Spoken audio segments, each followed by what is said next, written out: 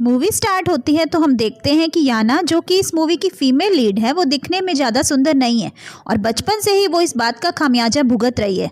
बचपन में भी सब लोग उसके रंग रूप की वजह से उसका मजाक उड़ाते थे और कोई भी उसके साथ नहीं खेलता था। और जब वो स्कूल में आई तो हाई स्कूल में भी उसे दोस्ती के नाम पर धोखा ही मिला। एक लड़की जिसका नाम शीना था, उसने याना से पहले तो झूठी दोस्ती की और फिर उसे न्यू ईयर सिंगिंग कंपटीशन में पार्ट लेने के लिए एनकरेज किया क्योंकि याना की आवाज़ बहुत अच्छी थी। पर फिर खुद ही शीना ने पूरे स्कूल के सामने उसके अगली लुक्स की वजह से उसका मजाक बनाकर रख दिया। जैसे तैसे याना ने अपना हाई स्कूल कंप्लीट किया था और अब एक दिन अपने 22nd बर्थडे की रात को उसने गॉड से विश मांगी कि हे भगवान, प्लीज़ मैं प्रिटी बन जाऊं, और ऐसी विश मांगकर वो सो गई। अगले दिन याना जब सोकर उठती है तो वो सच में सुंदर बन गई थी। अब क्योंकि वो कॉलेज के लिए लेट हो रही है तो वो फटाफट से रेडी होकर घर से निकलती है और उसे उसके चश्मे में से आज ब्लर दिख रहा था। वो चश्मा उतारती है तो उसे सब क्लियर दिखने लगा। वो खुश हो जाती है कि चलो शायद मेरी आंखें ठीक हो गई हैं। अब जब वो साइकिल पे कॉलेज के लिए निकलती है तो रास्ते में सब लोग उसे मुड़ मुड़ के देख रहे थे। कॉलेज पहुंचकर क्योंकि वो क्लास के लिए लेट हो रही है तो वो जल्दी जल्दी जा रही थी और रास्ते में स्टूडेंट यूनियन के प्रेसिडेंट से टकरा जाती है। वो लड़का उसे हैरानी से देख रहा होता है और उसको इम्प्रेस करने की कोशिश करने लगता है। याना ये बोलकर वहाँ से चली आती है कि मुझे क्लास के लिए लेट हो रहा है। याना जब क्लास में पहुँचती है तो सब लोग उसे हैरानी से देख रहे होते हैं। वहाँ वो जिस लड़की के पास जाकर बैठती है उसका नाम जियांग है और जियांग एक ही दिन में याना की अच्छी फ्रेंड बन जाती है। अब क्लास के सब लड़के नोट्स लिखकर याना के डेस्क पे पास ऑन कर रहे होते हैं। याना जियांग से पूछती है कि ये लोग सब मुझे नोट्स क्यों दे रहे हैं, तो जियांग कहती है तुम इतनी प्रिटी हो ना इसलिए। इस पर याना कहती है कि तुमने अभी क्या कहा, प्रिटी? क्यों मेरा मजाक बना रही हो? जियांग सोचने लगती है कि जब ये इतनी सुंदर होकर भी ऐसा बोल रही है तो मैं क्या करूंगी फिर। थोड़ी देर में याना जब वॉशरूम में आती है तो वो मिरर में खुद को देखकर सकते में आ जाती है कि वो इतनी प्रिटी कैसे बन गई। वो सोचने लगती है क्या ये सच में मैं ही हूँ। वो खुश हो जाती है और सोचने लगती है कि मेरी रात की विश सच में पूरी हो गई। अब जब वो क्लास में वापस आ रही होती है तो लॉबी में सब लोग उसे ही देख रहे होते हैं और वो अंदर ही अंदर बहुत खुश हो रही होती है। इसके बाद याना अपने आप को फोन में देखकर सोचने लगती है कि अब तो मुझे अपनी पिक्चर के लिए कोई ब्यूटी फिल्टर भी यूज नहीं करना पड़ेगा, मैं तो ऐसे ही इतनी सुंदर लग रही हूँ। अभी वो अपने ही ख्यालों में होती है कि तभी उसके पैरों में एक बॉल आती है और एक लड़का उसे कहता है कि क्या तुम मुझे बॉल पास कर सकती हो। याना देखती है कि ये तो जाओ है जो उसी के साथ हाई स्कूल में था और एक पॉपुलर स्पोर्ट्स स्टूडेंट था और हमेशा से ही वो उसका पहला क्रश रहा है। वो याद करने लगती है कि कैसे वो हाई स्कूल में उसे छुप छुप कर बास्केटबॉल खेलते देखा करती थी और खुश हो जाती थी। तभी जाओ वहाँ अपनी बॉल लेने आ जाता है और याना से पूछता है कि क्या तुम मुझे जानती हो। याना मना कर देती है। जाओ के पीछे उसका एक फ्रेंड ह्यू फेंग भी आ जाता है और फिर वो दोनों याना से उसका नाम पूछते हैं।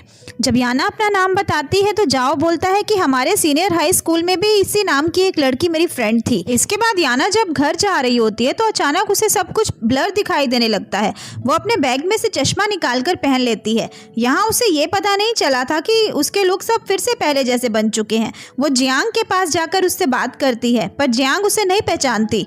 तब याना उसे अपना नाम बताती है और कहती है कि हम लोग आज ही तो क्लास में मिले थे।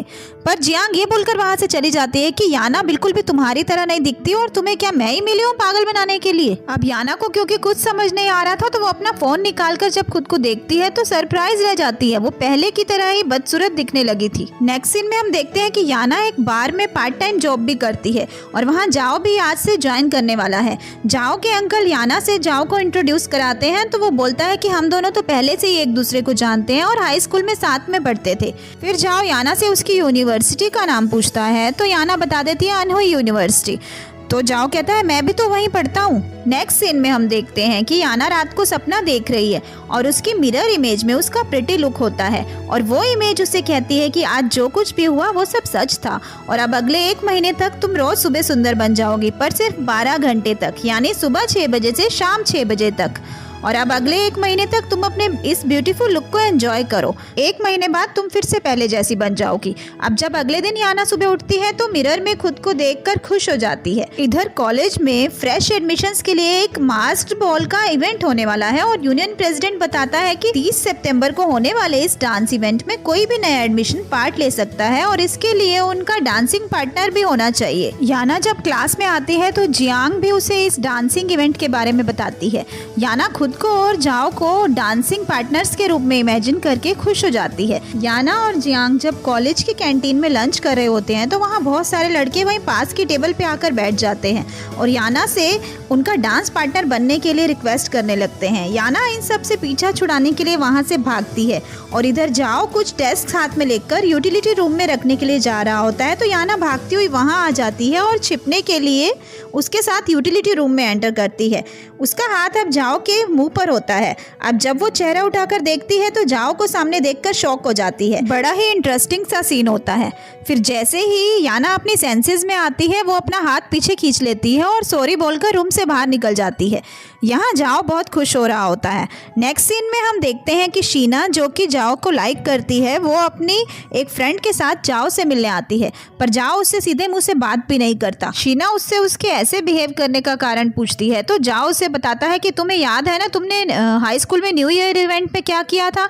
शीना कहती है मैंने तो याना के साथ मजाक किया था। जाओ कहता है कि तुम्हारे लिए वो मजाक होगा, पर याना ने तो तुम्हें अपना फ्रेंड माना था। तुमने उसकी दोस्ती का ना सिर्फ फ़ायदा उठाया बल्कि सारे स्कूल के सामने उसका मजाक भी बना के रख दिया। शीना कहती है कि तुम इसका इतना साथ क्यों दे रहे हो। जाओ कहता है मैं उसका साथ नहीं दे रहा बल्कि मुझे तो तुम्हारे बिहेवियर पे तरस आता है और तुम्हें याना से माफ़ी मांगनी चाहिए। जाओ चला जाता है तो शीना कहती है कि मैं उस बदसूरत लड़की से कभी माफ़ी नहीं मांगने वाली। इवनिंग में जाओ और याना जहाँ पार्ट टाइम जॉब करते हैं वहाँ के ओनर को एक कॉल आती है कि जो सिंगर रेस्टोरेंट में सिंगिंग के लिए आने वाला था वो अब नहीं आ रहा। इस पर जाओ अपने अंकल से याना का नाम रिकमेंड करता है क्योंकि वो स्कूल टाइम में उसकी सिंगिंग सुन चुका था और याना की आवाज़ बहुत अच्छी थी। याना मना करने की कोशिश करती है पर फिर वो उन दोनों के इंसिस्ट करने पर स्टेज पे चली जाती है। जब वो गाना गाना शुरू करती है तो जाओ और उसके अंकल दोनों ही उसकी सिंगिंग में खो जाते हैं। अब ये डिसाइड हो जाता है कि जब तक कोई नया सिंगर नहीं मिल जाता याना ही रेस्टोरेंट में गाएगी। बाद में रेस्टोरेंट के बाहर जब याना एक स्ट्रे डॉग को फीड कर रही होती है तो जाओ वहाँ आकर उसे कहता है कि मैंने तुम्हें ऐसा सिंगर रिकमेंड किया है और अब तो तुम्हें एक्स्ट्रा सैलरी भी मिलेगी, पर मुझे भी बदले में कुछ चाहिए। तो याना कहती है कि बोलो तुम्हें क्या चाहिए। इस पर जाओ कहता है कि स्कूल में जो वेलकम इवेंट हो रहा है उसमें कपल डांस के लिए मैं किसी लड़की को इनवाइट करना चाहता हूँ, पर मुझे डांस नहीं आता, तो क्या तुम मुझे कुछ डांस स्टेप सिखा सकती हो। अब याना मान जाती है। फिर वो जाओ को बेसिक डांस स्टेप सिखाने लगती है। याना बहुत नर्वस भी होती है और अंदर से खुश भी। वो अपने क्रश के इतने करीब जो थी। याना जाओ से पूछती है कि तुम किस लड़की को डांस के लिए इन्वाइट करने वाले हो। तो जाओ कहता है न्यूज़ डिपार्टमेंट की याना यूटोंग को। ये सुनकर याना नर्वसनेस में जाओ के पैर पर पैर रख देती है। फिर जाओ याना से पूछता है कि एक लड़की के तौर पर तुम्हें क्या लगता है कि कोई लड़का अगर तुम्हें प्रपोज करे तो तुम क्या चाहोगी कि वो तुम्हारे लिए क्या स्पेशल करे। इस पर याना कहती है कि अगर कोई मुझे फ्लावर्स देगा तो मैं उसमें खुश हो जाऊंगी। अगले दिन क्लास में याना जियांग से कहती है कि आज जाओ मुझे प्रपोज करने वाला है, पर मैं उसका प्रपोजल एक्सेप्ट नहीं कर सकती क्योंकि मैं अभी उसे थोड़ा और परखना चाहती हूँ, और अगर वो यहाँ आकर मुझे प्रपोज करे तो मैं अगर सॉफ्ट पड़ जाऊँ तो तुम मुझे रिमाइंड करा देना। इतने में जाओ फ्लावर्स लेके वहाँ आ जाता है और याना को कहता है क्या तुम मेरी गर्लफ्रेंड बनोगी। याना बहुत खुश हो जाती है और हाँ बोलने ही जा रही होती है तो जियांग उसे हाथ मारकर याद दिलाती है कि इस पर याना कहती है कि नहीं मैं तुम्हारी गर्लफ्रेंड नहीं बन सकती। जाओ निराश होकर वहाँ से चला जाता है। याना भी खुश नहीं थी पर उसके पास और कोई ऑप्शन भी तो नहीं था क्योंकि उसे तो पता ही था ना कि उसका ये प्रिटी सा चेहरा हमेशा उसके साथ नहीं रहने वाला। अब रेस्टोरेंट में जाओ उदास सा होता है तो याना वहाँ आकर उससे पूछती है कि तुम्हारे लव कन्फेशन का क्या हुआ, क्या वो लड़की मान गई। तो जाओ कहता है कि नहीं उसने मना कर दिया। इस पर याना कहती है कि कोई बात नहीं, लड़कियां डबल फेस्ड होती हैं, शायद उसके दिल में तुम्हारे लिए फीलिंग्स हो पर वो अभी कह ना पा रही हो। जाओ कहता है ठीक है कल मैं फिर से उसके पास एक बार फ्लावर्स लेके जाऊंगा। इस पर याना कहती है कि तुम बार बार उसे फ्लावर्स मत दो, अब उसे इम्प्रेस करने का कोई नया आइडिया सोचो। इसके बाद जाओ कॉलेज में नए नए तरीकों से याना को इम्प्रेस करने की कोशिशें करता रहता है पर वो इग्नोर करती है। फिर एक दिन बार में याना जाओ से कहती है कि मैंने सुना है कि याना यूटोंग कल स्विमिंग करने के लिए पूल पे आएगी और अगर वो एक्सीडेंटली पानी में गिर जाए तो तुम ये मौका मत छोड़ना और उसे बचाने के लिए पानी में कूद जाना क्योंकि उसे स्विमिंग भी नहीं आती। जाओ कहता है कि अगर वो नहीं गिरी तो याना कहती है बिलीव करो वो पानी में गिरेगी। अब जाओ उसका मुंह ताकने लगता है तो वो बात बनाकर कहती है कि उसे स्विमिंग का बहुत शौक है पर वो सीख नहीं पा रही, इस कोशिश में वो पानी में गिर सकती है। नेक्स्ट डे याना स्विमिंग पूल पे जाओ का वेट कर रही होती है। जियांग जब उसे बताती है कि जाओ आ गया है तो वो उसे हाय बोलती है और बैलेंस बिगड़ने का शो करके पानी में गिर जाती है। जियांग हेल्प के लिए चिल्लाने लगती है तो जाओ फौरन उसे बचाने के लिए पूल में कूद जाता है और उसे बाहर ले आता है। याना एक्टिंग करके पूछती है कि क्या हो गया था, क्या तुमने मुझे बचाया है। इन दोनों को इतना करीब देख के शीना बहुत जेलस हो जाती है और याना से चिढ़ जाती है। अब अगले दिन जब 6 बजने वाले होते हैं तो याना के फोन पे रिमाइंडर बजता है तो वो भागकर कहीं रूम में जाने लगती है तो शीना उसे ऐसे जाते हुए देखकर उसका पीछा करती है। याना जब एक यूटिलिटी रूम में चली जाती है तो शीना वहां दरवाजा खोल के चुपके से याना को अपने ओरिजिनल लुक में आते हुए देख लेती है और अब उसे याना का सीक्रेट पता चल चुका है। इधर रेस्टोरेंट में कुछ लोग ड्रिंक करने के लिए आते हैं तो उनमें से एक आदमी याना को गाते देखकर उसके लुक्स का मजाक उड़ाने लगता है और याना जब उसे समझाने लगती है तो वो लोग बदतमीजी पे उतर आते हैं और एक आदमी तो याना पर हाथ भी उठा देता है। जाओ जब ये सब देखता है तो वो जल्दी से वहां आकर उन लोगों से अकेला ही भिड़ जाता है, पर क्योंकि वो लोग 4 थे और जाओ अकेला तो वो मिलकर जाओ को लात घूंसों से मारना शुरू कर देते हैं। याना बीच में आकर जाओ को बचाने की कोशिश करती है तो जाओ उसे अपने बाजुओं की आड़ में छुपा लेता है और उस पर कुछ भी आंच नहीं आने देता। इतने में रेस्टोरेंट का ऑनर पुलिस को बुला लेता है तो वो लोग वहां से भाग जाते हैं। जाओ याना से पूछता है कि तुम ठीक हो ना, तुम बीच में क्यों आई, तुम्हें लग जाती तो। जाओ के चेहरे पर बहुत चोट लग गई थी और याना को उसकी चिंता हो रही थी, वो उसको सॉरी बोलती है। अगले दिन क्लास में याना जब अपने चेहरे की चोट देख रही होती है तो जियांग उससे पूछती है कि क्या तुम्हारा किसी से झगड़ा हुआ है। तभी जाओ बाहर से जियांग को बुलाता है और जियांग आकर उसे कहती है क्या तुम्हें भी चोट लग गई है। तो जाओ पूछता है कि तुमने ऐसा क्यों कहा, किसी और को भी चोट लगी है क्या। इस पर वो कहती है नहीं नहीं कुछ नहीं। फिर जाओ कहता है कि मैं अभी कुछ दिन याना से नहीं मिल पाऊंगा क्योंकि वो मुझे ऐसे देखेगी तो मेरी चिंता करने लगेगी, इसलिए तुम संभाल लेना। इधर बार में याना जाओ के जख्मों पर दवा लगाती है और वो दोनों आपस में खूब देर बैठकर बातें करते हैं, एक दूसरे के साथ मस्ती भी करते हैं, दोनों साथ में बहुत खुश होते हैं।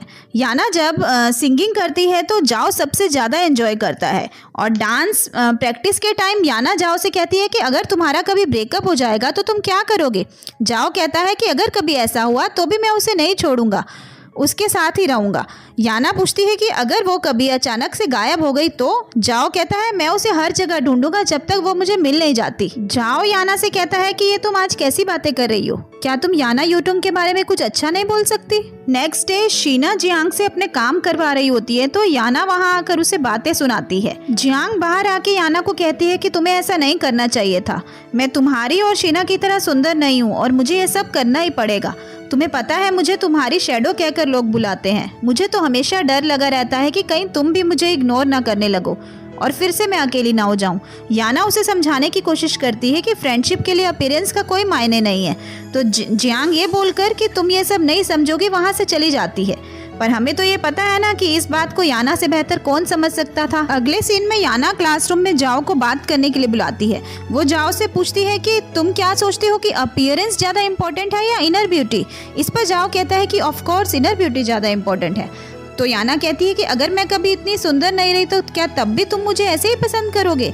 तो जाओ कहता है हाँ बिल्कुल। अब याना कहती है कि अगर ऐसा है तो तुमने मुझे क्यों पसंद किया, हाई स्कूल वाली याना यूटुंग को क्यों नहीं पसंद किया। इस पर जाओ के पास इसका कोई जवाब नहीं था।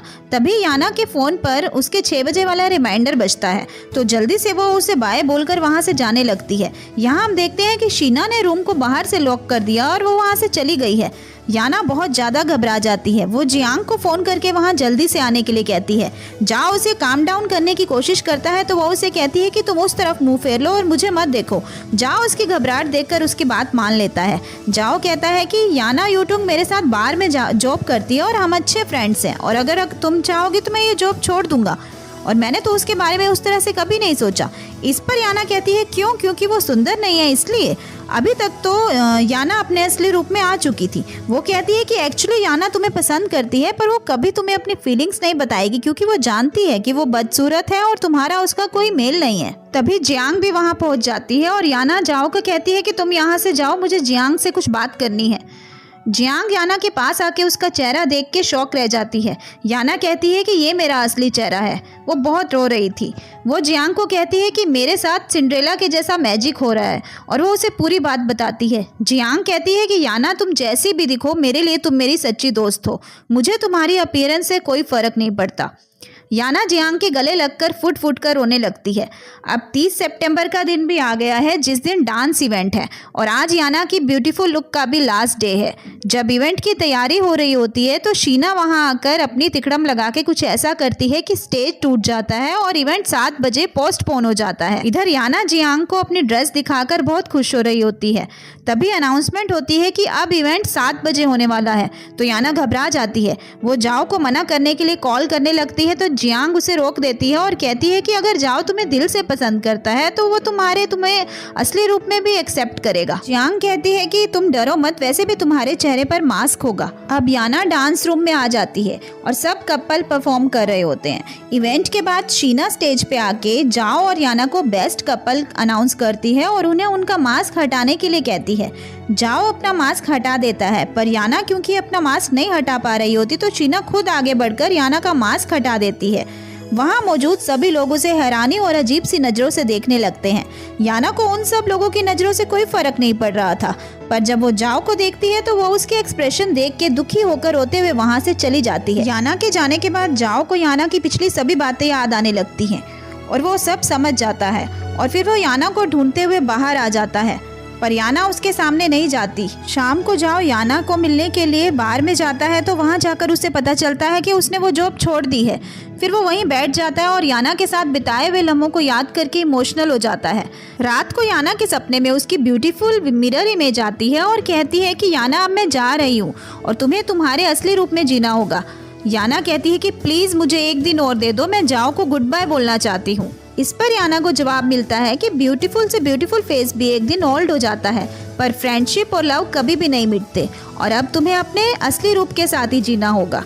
अगले दिन जाओ स्कूल में याना को ढूंढते हुए उसकी क्लास में आता है, पर उसे ना पाकर वो बहुत दुखी हो जाता है। याना अब वो शहर छोड़कर नए स्कूल में जा रही है।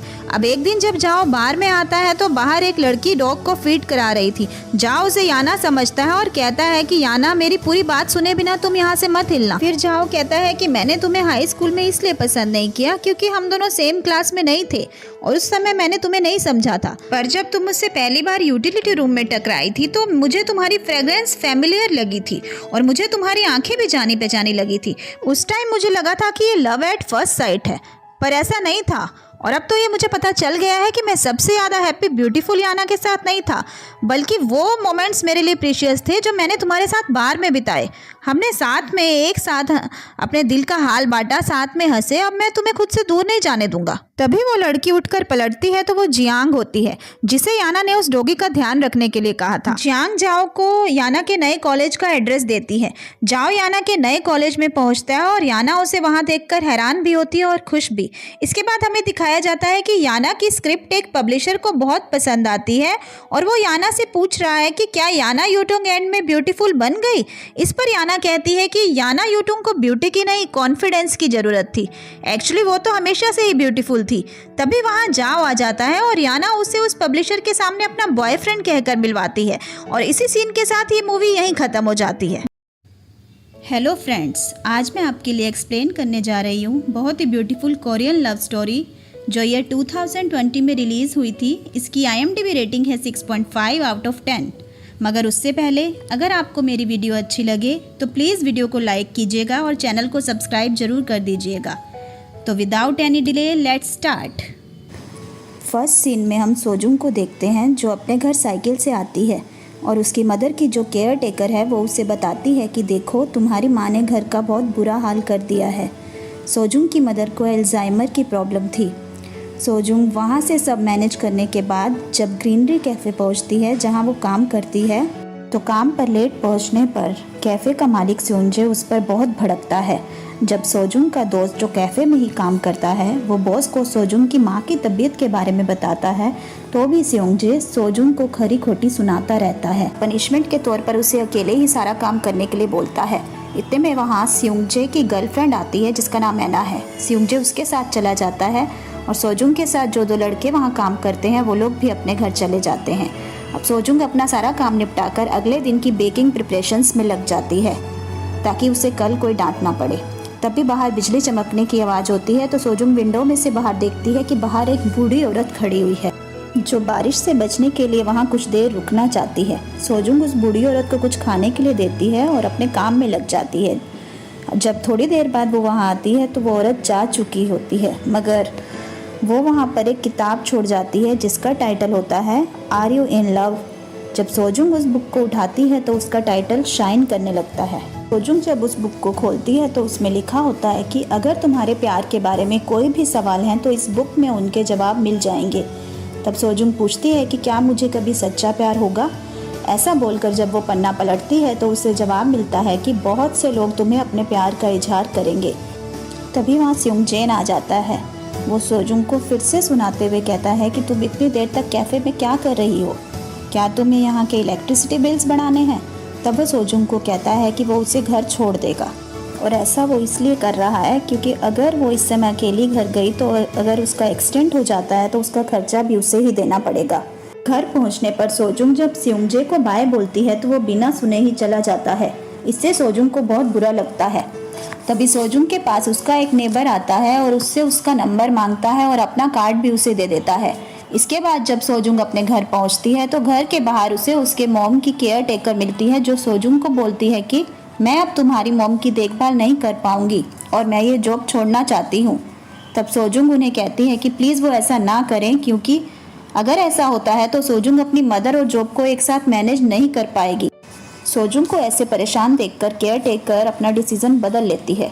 अगली सुबह जब सोजुंग कैफ़े जाने के लिए घर से निकलती है तो रास्ते में ट्रैफिक सिग्नल पर एक शख्स आता है और वो सोजुंग को प्रपोज करके उसका फ़ोन नंबर मांगता है। इसके बाद जब सोजुंग हैरान सी कैफ़े पहुंचती है तो ऐना जो वहाँ पहले से बैठी है वो सोजुंग को कहती है कि सोजुंग क्या तुम सिर्फ पैंट्स ही पहनती हो, तुम दूसरी ड्रेसेस क्यों नहीं पहनती, तुम्हें बाकी ड्रेसेस भी कभी कभी पहननी चाहिए, तुम इससे अट्रैक्टिव लगोगी। इसके बाद स्योंगजे वहाँ आ जाता है और ऐना उसके साथ चली जाती है।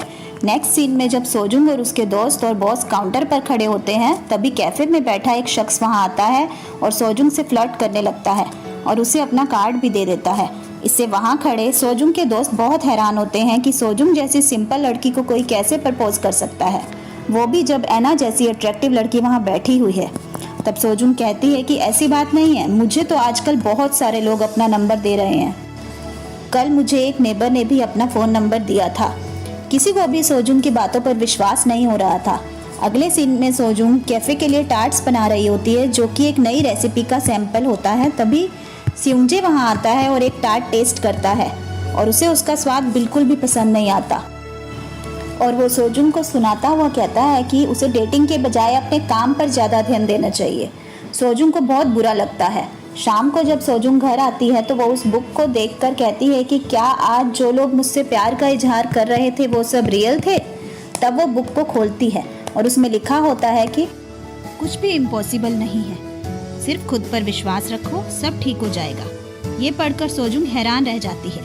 उसे अभी भी कुछ कन्फ्यूज़न होता है तो वो एक दूसरा पन्ना खोलती है जिसमें लिखा होता है जब अंधेरा हट जाएगा तो सच्चाई खुद ही सामने आ जाएगी। अगले दिन सोजुंग जब अपनी बनाई एक डिश बॉस को टेस्ट कराने के लिए लाती है तो वहाँ वो बॉस और ऐना को आपस में हंसते हुए बात करते देखती है तो उसे ये अच्छा नहीं लगता और वो वहाँ से वापस चली जाती है। यहाँ हमें ये बात पता चलती है कि सोजुंग बॉस को पसंद करती है। अगले सीन में रात को सोजुंग, उसके फ्रेंड्स और बॉस ये सब एक रेस्टोरेंट में ड्रिंक कर रहे होते हैं और उस दौरान सोजुंग कुछ ज़्यादा ही ड्रिंक्स ले लेती है और अपने होश में नहीं रहती। तब बॉस सोजुंग को घर छोड़ने के लिए कार में बिठाते हैं। नशे की हालत में सोजुंग बॉस का एक फ़ोटोग्राफ जो छोटे से फ्रेम में गाड़ी में लगा होता है वहाँ से उतार लेती है और अपने पास रख लेती है। बॉस भी ये देखकर हैरान हो जाते हैं। अगली सुबह जब सोजुंग की आंख खुलती है तो बॉस के फ्रेम को अपने हाथ में देखकर उसके पैरों के नीचे से ज़मीन खिसक जाती है। वो सोचने लगती है कि ये मैंने रात को क्या बेवकूफ़ी की है, मैं बॉस को क्या जवाब दूंगी। सोजुंग जब जॉब पे जाने के लिए घर से निकल रही होती है तो उसकी माँ की केयर टेकर उसे उसके माँ के हाथों का बना हुआ केक टेस्ट कराती है जो बहुत टेस्टी था। अब कैफ़े में पहुंचकर सोजुंग अपनी माँ की वही केक की रेसिपी ट्राई करती है जो बॉस को बहुत पसंद आती है और इस रेसिपी को स्पेशल एडिशन में शामिल कर लिया जाता है। सोजुंग इससे बहुत खुश होती है। अगले सीन में सोजुंग बॉस को उनका एक पार्सल देने के लिए ऊपर जाती है तो वो रूम के बाहर से सुनती है कि एना और बॉस के बीच बहस हो रही होती है, क्योंकि एना 2 साल के लिए यूएस से जाने वाली है और एना ने ये बात बॉस को नहीं बताई। सोजुंग ये बातें सुनकर बहुत सैड हो जाती है और उसका काम में मन नहीं लगता कि अब बॉस का तो दिल ही टूट जाएगा। इसके बाद सोजुंग जब किचन में काम कर रही होती है तो बॉस वहाँ आते हैं और उसे कहते हैं कि मैं तुम्हारे घर की तरफ जा रहा हूँ और तुम्हें वहाँ छोड़ दूँगा। इसके बाद बॉस जब सोजुंग से रात के बारे में बात करना चाहते हैं तो वो बहुत एम्बेरसमेंट फील करती है और कहती है कि नहीं, उसे तो कुछ भी याद नहीं है कि रात को क्या बात हुई। बॉस सोजुंग की साइकिल को अपनी गाड़ी में डाल देते हैं और उसे गाड़ी में बैठने के लिए बोलते हैं। तभी एना वहाँ आ जाती है और गाड़ी में आगे जाकर बैठ जाती है। स्योंग ये देखकर एना के पास जाकर उसे वहाँ से उठने को कहता है। एना मना कर देती है। उन दोनों में बहस होने लगती है। तभी सुजोंग उन दोनों के पास आती है और उन्हें कहती है कि उन्हें लड़ना नहीं चाहिए, क्योंकि वो दोनों एक दूसरे से प्यार करते हैं और वो खुद ही घर चली जाएगी। अब सुजोंग को पैदल ही घर जाना पड़ता है, क्योंकि उसकी साइकिल तो बॉस ने पहले ही गाड़ी में रख दी थी। घर पहुंचकर आराम कर रही होती है तो वो बुक हाथ में लेकर सोचती है कि अंधेरा हट जाएगा और सच सामने आ जाएगा, इसका क्या मतलब है। और वो बुक को खोलती है तो एक रैंडम फ्रेज सामने आ जाता है कि जल्द ही एक अपॉर्चुनिटी आने वाली है और उसे उसको छोड़ना नहीं है। अब सोजुंग को ये बात कंफ्यूज कर देती है और वो इस तरफ ध्यान नहीं देती। देर रात जब सोजुंग सो रही होती है तो डोरबेल बजती है तो वो सोचती है कि इस टाइम कौन आया होगा। वो जब दरवाज़ा खोलती है तो बाहर एक टैक्सी ड्राइवर स्योंग के साथ खड़ा होता है और स्योंग पूरी तरह नशे में होता है। स्योंग के पर्स में कैश नहीं होता तो सोजुंग टैक्सी ड्राइवर को पे करती है। फिर टैक्सी ड्राइवर के जाने के बाद वो स्योंग से पूछती है कि वो इस समय यहाँ क्यों आए हैं। तो स्योंग उसे कहता है कि जिन लोगों ने भी उसे प्रपोज किया है वो सब लोग फेक हैं और क्या सोजुंग उसके साथ डेट पर चलेगी। सोजुंग ये सुनकर शॉक हो जाती है। वो स्योंग को कहती है कि आप ऐसा इसलिए कर रहे हैं ना क्योंकि एना 2 साल के लिए यूएस से जा रही है और वो उसके साथ सिर्फ टाइम पास करना चाहते हैं। और वो उनकी बातों को इग्नोर करके अंदर आकर दरवाज़ा बंद कर देती है। स्योंग बाहर से चिल्लाता रहता है कि मैं तुम्हें सोचने के लिए 2 दिन दे रहा हूँ, तुम मुझे 2 दिन में जवाब दे देना। सोजुंग को बहुत गुस्सा आ रहा होता है और वो बुक को हाथ में लेकर कहती है कि यही अपॉर्चुनिटी थी जिसके बारे में लिखा था।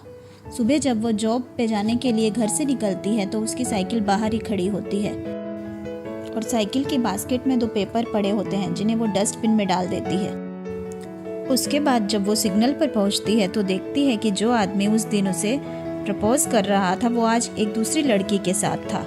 ये देखकर वो बहुत हैरान होती है। ऐसे ही हैरान परेशान वो कैफ़े पहुंचती है। स्योंग की रात वाली हरकत से वो बहुत गुस्से में होती है। अगले सीन में सोजुंग को वही आदमी कैफ़े में बैठा हुआ दिखता है जिसने उसे कैफ़े काउंटर पे प्रपोज किया था और अपना नंबर भी दिया था। आज वो यहाँ पर किसी दूसरी लड़की के साथ बैठा था। ये देखकर उसे दूसरा शौक लगता है। सोजुंग अपना सारा काम खत्म करके अपनी माँ को हॉस्पिटल लेकर आती है, जहाँ केयर टेकर उसे कहती है कि वो उसकी मॉम को घर ले जाएगी और सोजुंग अपने कैफ़े जा सकती है। सोजुंग अपनी माँ के लिए बहुत परेशान होती है। शाम को वो जब घर वापस आती है तो उसका नेबर और पड़ोस का एक दूसरा आदमी उसे परेशान करने लगते हैं। ऐसा वो इसलिए कर रहे थे क्योंकि सोजुंग ने उनके पैम्फलेट्स को सुबह फाड़कर डस्टबिन में फेंक दिया था। वो चाहते हैं कि सोजुंग उनका एक प्रोडक्ट खरीदे। यहाँ सोजुंग समझ जाती है कि उस पड़ोसी ने भी अपने मतलब से ही उसको अपना नंबर दिया था। तभी वहाँ बॉस आ जाते हैं और उन दोनों को सोजुंग को परेशान करते देखकर सोजुंग को गाड़ी में बैठने के लिए कहते हैं और उन दोनों को मारते हैं, पर वो दोनों मिलकर बॉस को ही मारने लगते हैं। सोजुंग ये देखकर परेशान हो जाती है और पुलिस को फ़ोन कर देती है। जब मामला थोड़ा शांत होता है तो उसके बाद वो दोनों एक मेडिकल स्टोर के बाहर गाड़ी में बैठे होते हैं। बॉस उससे पूछते हैं कि जब मैं कल रात को तुम्हारे घर आया था तो तुमने मेरे लिए टैक्सी ड्राइवर को पैसे दिए थे? तो सोजुंग हाँ बोलती है। तब बॉस सोजुंग को उसके पैसे लौटा देते हैं। सोजुंग वहाँ से गुस्से में घर आती है। उसे लगता है कि रात को बॉस ने जो भी कहा था वो सब झूठ था। अगली सुबह स्योंग सोजुंग को कैफ़े ले जाने के लिए उसके घर आता है, क्योंकि वो हमेशा कोई ना कोई मुसीबत खड़ी करती रहती है। आज पहली बार सोजुंग बॉस को स्माइल करते हुए देखती है। कैफ़े में जब सोजुंग काम कर रही होती है तो उसका ध्यान काम में बिल्कुल भी नहीं लगता और वहाँ पर आग लग जाती है। तब बॉस उसको बचाने के लिए आते हैं और खुद बेहोश हो जाते हैं। तब उन्हें हॉस्पिटल ले जाया जा रहा होता है तो एना एम्बुलेंस में स्योंगजे के साथ जा रही होती है। तब सोजुंग कहती है कि मुझे स्योंगजे के साथ जाना चाहिए क्योंकि ये सब मेरी वजह से हुआ है। हॉस्पिटल में जब सोजुंग बैठी बैठी रो रही होती है तो स्योंगजे वहाँ आ जाता है और पूछता है क्या तुम्हें मेरी चिंता हो रही है। तो सोजुंग बोलती है इसमें भी क्या कुछ पूछने वाली बात है, मैं तो डर ही गई थी। हाँ, स्योंगजे सोजुंग से ये कन्फेस करता है कि उसे भी इसी तरह सोजुंग की चिंता रहती है। तभी वहाँ एना आ जाती है और एना के साथ स्योंगजे वहाँ से चला जाता है। जाने से पहले वह सोजुंग को भी उनके साथ चलने के लिए कहता है पर वो नहीं जाती। फिर बाद में सोजुंग जब कैफ़े पहुँचती है तो वो बहुत ही कन्फ्यूज्ड माइंड में होती है। उसके फ्रेंड्स उससे बॉस के बारे में पूछते हैं तो वो कुछ भी ठीक से जवाब नहीं दे रही होती। तब उसकी यह हालत देखकर उसके दोस्त उससे पूछते हैं क्या तुम्हें सच में कुछ भी नहीं मालूम। वे उसको बताते हैं कि बॉस उसे कितना प्यार करते हैं। तब सोजुंग कहती है कि बॉस तो एना से प्यार करते हैं। दोस्तों, यहाँ पर यह बात रिवील होती है कि एना और स्योंग फ्रेटर्नल ट्विंस हैं और एना 5 मिनट बड़ी है, इसलिए स्योंग उसके साथ कैजुअली बात करता है। फ्रेंड्स, यहाँ पर हमें फिर से स्योंगजे के नज़रिए से कुछ सीन्स दोबारा दिखाए जाते हैं जिनसे हमें पता चलता है कि जिस दिन वो बूढ़ी औरत को किताब सोजुंग को देती है उस दिन स्योंगजे कैफ़े के बाहर ही था और वो सोजुंग की चिंता कर रहा होता है, इसलिए उसे घर छोड़ने के लिए जाता है। और जब सोजुंग स्योंग को बाय बोलती है तो वो इसलिए उसे इग्नोर कर देता है क्योंकि उसे सोजुंग के सामने बात करने से घबराहट होती है और इसी की फ्रस्ट्रेशन निकालने के लिए वो सोजुंग पे गुस्सा भी करता रहता है, जबकि वो अंदर से उसे बेहद प्यार करता है। अब ये सब बातें जानने के बाद सोजुंग जब घर आती है तो वो घर आने के बाद बुक खोलती है और उसमें लिखा था कि टेक सम टाइम। अगले कुछ दिनों तक स्योंगजे सोजुंग से बार बार उसका डिसीजन पूछता रहता है पर सोजुंग हर बार बात को टाल देती है। स्योंगजे छुप छुप के उसे देखता रहता है। सोजुंग तो बुक में जो लिखा हुआ था उसी के कारण अभी रिप्लाई नहीं कर रही थी। बुक में लिखा था समय जल्दी आएगा, थोड़ा इंतज़ार करो।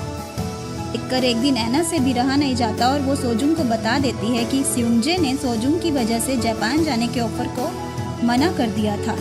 उसे वहाँ पर एक बैरिस्टर लेक्चर के लिए इनवाइट किया गया था और एना ने सोजुंग का नाम जापान के एक बहुत फेमस डेजर्ट स्कूल में रिकमेंड किया था और अगर सोजुंग चाहे तो स्योंगजे और सोजुंग दोनों साथ में जापान में टाइम स्पेंड कर सकते हैं। ये एक गोल्डन अपॉर्चुनिटी है। सोजुंग का जाने का मन तो है पर वो अपनी माँ को लेकर परेशान हो जाती है, इसलिए वो कोई जवाब नहीं दे पाती। इसके बाद कैफ़े से स्योंगजे सोजुंग को घर ड्रॉप करने जाता है तो दोनों रास्ते में एक दूसरे से बिल्कुल भी बात नहीं करते, बस अपने ही विचारों में रहते हैं। अगले दिन सोजुंग जब कैफ़े आती है तो वो बुक खोलती है और उस बुक के सारे पन्ने ब्लैंक होते हैं। ये देखकर वो परेशान हो जाती है। तभी स्योंगजे एक शख्स को लेकर वहाँ आता है जो सोजुंग की स्पेशल डिशेस को ट्राई करता है और उनकी तारीफ़ करता है और उसे जापान के लिए इनविटेशन देता है, मगर सोजुंग जापान जाने के लिए मना कर देती है। इससे स्योंगजे हैरान हो जाता है, मगर सोजुंग वहाँ से बाहर चली आती है। जब वो कैफ़े से बाहर बैठी होती है तो बहुत परेशान होती है। तभी आसमान में वैसी ही बिजली चमकती है जैसी उस रात चमकी थी जब वो ओल्ड लेडी कैफ़े आई थी, इसलिए वो भागती हुई कैफ़े आती है और अपनी बुक को ढूंढने लगती है। पर स्योंगजे उसे बताता है कि एक ओल्ड लेडी आई थी और वो बुक ले गई और साथ में वो ये भी कह रही थी कि अब वो बुक सोजुंग की कोई मदद नहीं कर सकती। अब सोजुंग बुक के लिए और भी परेशान थी। तभी उसके लिए एक फ़ोन आता है। फ़ोन पर उसकी केयर टेकर बता रही थी कि उसकी मॉम कहीं चली गई है। सोजुंग वहाँ से जल्दी से हॉस्पिटल पहुँचती है कि तभी फिर से उसका फ़ोन बजता है। फिर वो जल्दी वापस कैफ़े आती है। उसकी मॉम वहाँ पर होती है जिससे सोजुंग की जान में जान आती है। मुझे उसे कहता है कि चलो मैं तुम दोनों को घर छोड़ देता हूँ। इस पर सोजुंग मना कर देती है और खुद ही अपनी मॉम को लेकर घर चली जाती है। घर आकर वह अपनी मॉम से बहुत बार माफ़ी मांगती है क्योंकि उसे लगता है कि उसकी वजह से ही उसकी माँ को ये सब तकलीफ़ हो रही थी। अगले दिन से सोजुंग जब काम पर आती है तो बहुत खोई खोई सी होती है। उसका जॉब में बिल्कुल भी मन नहीं लगता। सब उसको देखकर परेशान होते हैं। तब स्योंगजे भी एक दिन उससे पूछ ही लेता है कि तुम्हें क्या हो गया है, पर सोजुंग उसे कोई भी जवाब नहीं देती। आखिर सोजुंग के इस व्यवहार की वजह से एक केक जो कि डिलीवर करना था जल जाता है और स्योंगजे को कस्टमर से माफ़ी मांगनी पड़ती है। ये बात सोजुंग को अच्छी नहीं लगती। इसके बाद स्योंगजे सोजुंग को कैफ़े से बाहर ले जाता है और पूछता है कि वो आखिर ऐसा क्यों कर रही है। इस पर सोजुंग बताती है कि तुम्हें नहीं पता कि मैं कैसा फील कर रही हूँ। घर पर मेरी मॉम की तबीयत ठीक नहीं है और मैं यहाँ आती हूँ तो मुझे तुम्हें देखना पड़ता है। सोजुंग यहाँ एक्सेप्ट कर लेती है कि वो स्योंगजे को बहुत पसंद करती है, बट अब उसके लिए सब चीज़ें मुश्किल होती जा रही हैं। अब वो स्योंगजे से दूर रहना चाहती है। ये सुनकर स्योंगजे इमोशनल हो जाता है। सोजुंग को अपनी लाइफ बुक के बिना अब अधूरी लग रही होती है। वो दुखी होकर ब्रिज पर चली जाती है और रोती है। स्योंगजे यहाँ पर एक मुश्किल डिसीजन लेता है कि अब उसे 6 महीने के लिए जापान जाना है। यहाँ हमें वो सीन भी दिखाए जाते हैं जब वो नशे की हालत में सोजुंग को घर छोड़ने जाता है, और जब सोजुंग स्योंगजो का फोटो गाड़ी से उतार कर अपने पास रख लेती है तो अंदर से स्योंगजे बहुत खुश होता है और इसे मेमोरी के रूप में संजो लेता है। साथ ही वो सीन भी दिखाया जाता है जब वो टैक्सी में बैठकर एक दिन नशे की हालत में सोजुंग के घर पहुंचता है, तो वो दरअसल वहां उसे प्रपोज करने ही गया था। अगले सीन में स्योंगजे जापान के लिए निकल रहा होता है और ऐना के साथ बात कर रहा था, और सोजुंग दूर खड़ी होकर उसे देख रही होती है। वो बहुत उदास होती है, उसकी आंखों में नमी होती है, और स्योंगजे वहाँ से चला जाता है। सोजुंग जब रात को कैफ़े से घर जा रही होती है तो वो जब अपनी साइकिल की बास्केट को देखती है तो उसे याद आता है कि स्योंगजे ने उसकी साइकिल की टूटी हुई बास्केट को भी ठीक कर दिया था, और वो कैसे उसकी छोटी छोटी बातों का ध्यान रखता था। वो उसको बहुत मिस कर रही होती है। इसके बाद जब सोजुंग घर पहुंचती है तो वो अपनी मॉम को संभालती है जिन्होंने सब सामान बिखेर दिया था, और वो बहुत रो रही होती हैं। अगले सीन में हमें दिखाया जाता है कि 6 महीने बीत चुके हैं और ऐना एक दिन सुबह कैफ़े आती है, तो सोजुंग के दोस्त उससे स्योंगजे के बारे में पूछते हैं कि स्योंगजे जापान से आ गया है तो वो कैफ़े क्यों नहीं आ रहा। इस पर ऐना कहती है कि उसे अभी कुछ काम कंप्लीट करने हैं तो वो उसके बाद ही आ पाएगा। यहाँ सोजुंग समझ जाती है कि स्योंगजे उसकी वजह से ही कैफ़े नहीं आ रहा। अब ये बात सोजुंग को अच्छी नहीं लगती। सोजुंग जब घर जाती है तो स्योंगजे की जो तस्वीर उसके पास होती है वो देख रही होती है। उसके नीचे उसको अपनी तस्वीर मिलती है। सोजुंग रात को अपने फ्रेंड के घर जाती है और उसे अपना रेजिग्नेशन लेटर देने की कोशिश करती है, पर वो कहता है कि वो ये नहीं ले सकता और उसे स्योंगजे को ही देना होगा। इसके बाद सोजुंग स्योंगजे के दरवाजे पर रेजिग्नेशन लेटर रखकर आ जाती है, और इसी समय उसे स्योंगजे के साथ बिताए हुए सारे पल याद आने लगते हैं। स्योंगजे भी खिड़की से उसे जाते हुए देखता है। अगले दिन सुबह जब सोजुंग घर से निकलती है तो उसे अपनी साइकिल की बास्केट में वही बुक दिखती है। वह जब बुक को खोलती है तो उसमें कुछ ऐसा लिखा होता है जिसको पढ़ते ही वो जल्दी से साइकिल पर स्योंगजे के पास पहुंच जाती है। तभी हमें दिखाया जाता है कि ये बुक को तो ऐना और स्योंगजे ने प्रिंट करवाया था, ये वो वाली ओरिजिनल बुक नहीं। दरअसल ऐना ने ही सोजुंग की ये हालत देखकर स्योंगजे को ये सजेस्ट किया था कि अगर सोजुंग उस बुक की बातों को इतना मानती है तो क्यों ना हम वैसी ही एक बुक प्रिंट करवा लें, क्योंकि उस बुक की वजह से ही तो वो प्यार का इजहार करने से रुकी हुई है। तभी सोजुंग स्योंगजे के पास पहुंच जाती है और वो उसे प्यार से खुश होकर गले लगा लेता है।